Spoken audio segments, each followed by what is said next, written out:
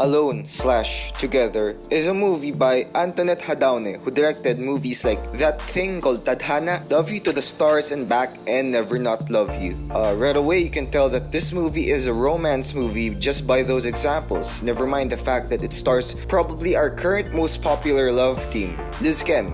However, just like those movies, it's basically just like those movies.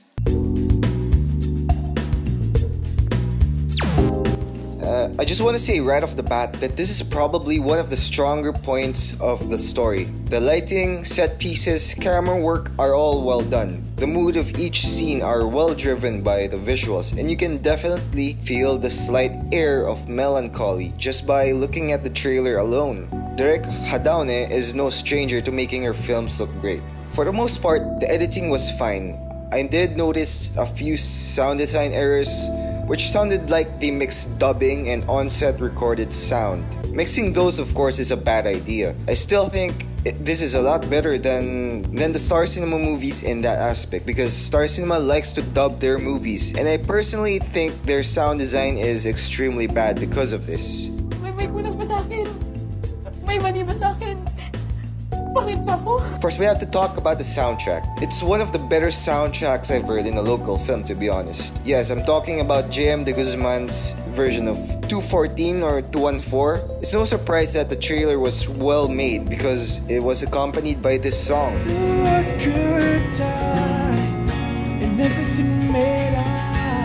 And this song had people singing along in the cinema, which is pretty cool. This movie is probably one of Hadaune's better works. Personally, I think Never Not Love You was better because it sold you on the characters more. Hit the comments below if you want me to review this one. James Reid felt like a real guy, and Nadine felt like a real girl. Both have inherent flaws, and that's what makes their characters so good. Just like James Reid, Liza Soberano surprised me with her acting. You know, since I took into account that they're not really Filipinos, oh shit, have some tea.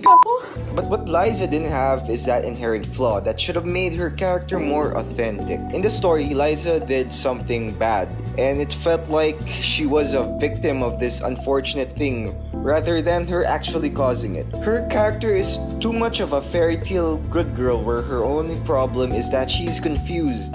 That's why every guy has a problem being with her, because she just confused, bro. It's like the producers are afraid of her playing other characters, even if that's all it takes for her to be a well-known, respectable actress. Enrique Hill is also pretty much himself in this movie. Just another goofy guy. What is it with goofy guys and perfect princess girls in romance movies? Especially here in the Philippines. Seriously. I have to give him credit though. I felt more of his internal struggles than I did with Liza's character. A lot of people like Liza's character because they can relate to her existential/career problems. But I personally can't appreciate this character that I've seen over and over again in movies. I look for complexity, nuances, and unpredictability in a character, and that's fine if you like purely relatable characters like Liza's is. It's just that it definitely helps to have a more layered character. And can we talk about Luis Alandi as Greg? This character is just another stereotypical mess, just another douche boss that prioritizes work over everything and is condescending to his pretty girlfriend. I know bosses can be dicks, but you know what would make an interesting boss? Jordan Belfort from The Wolf of Wall Street. I think it would be better if all bosses in every Filipino story acts like that. I know. Yes, he does a lot of drugs and a ton of other debaucherous stuff. But he is also a good friend and he cares for his family. He's not just this one thing, an asshole boss like this prick. All you need to know about this character is just from one scene. You'll be able to completely predict every move he makes. And his character is just that two-dimensional. This section contains spoilers, be warned. I see just one glaring contradiction.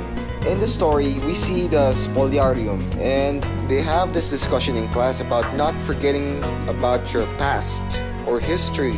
However, the character arc of Liza's character, Tin, has a past mistake she cannot let go of that cripples her future decision. She's able to finally go for what she wants when she lets go of her past. Two things here. Not forgetting about the past letting go of the past. Two major contradictions.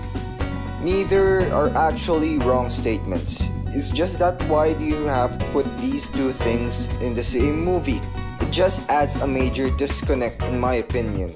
I think if you're trying to see one thing, every sort of discussion, every little symbolism, visuals, whatever, it should point to that direction. It shouldn't go this other way. And especially in this story where it sort of contradicts each other. And again, both are good statements, both are good messages. It's just that, I don't know, I just don't think it blends well, to be honest. Also, the spoliarium painting as the movie's symbolism, bruh. I mean, it was great when it was used in General Luna, but the painting and song of spoliarium are two very dark things, and I don't think they should be placed in these romance movies whose characters have only internally driven problems. Another thing is that this movie suffers from originality, rather lack thereof. Actually, a lot of Hadaunes films do. They use, guess what? Artists as their main character. J.M. de Guzman in that thing called Tadhana is a struggling artist, or struggled anyway.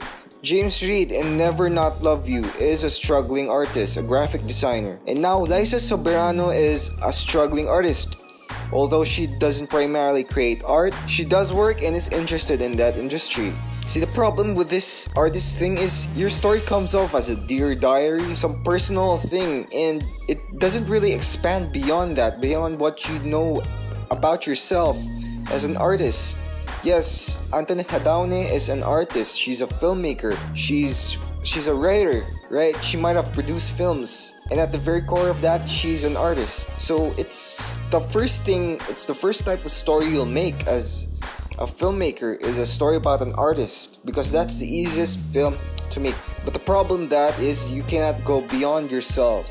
That's why you're pretty much inviting cliches when you're writing about your own experiences. There's so many stories out there, like you can make a story about a female firefighter, a female freaking computer technology hacker, whatever. Like, there's so many stories out there, and it's kind of a waste seeing all these types of characters repeated in every movie.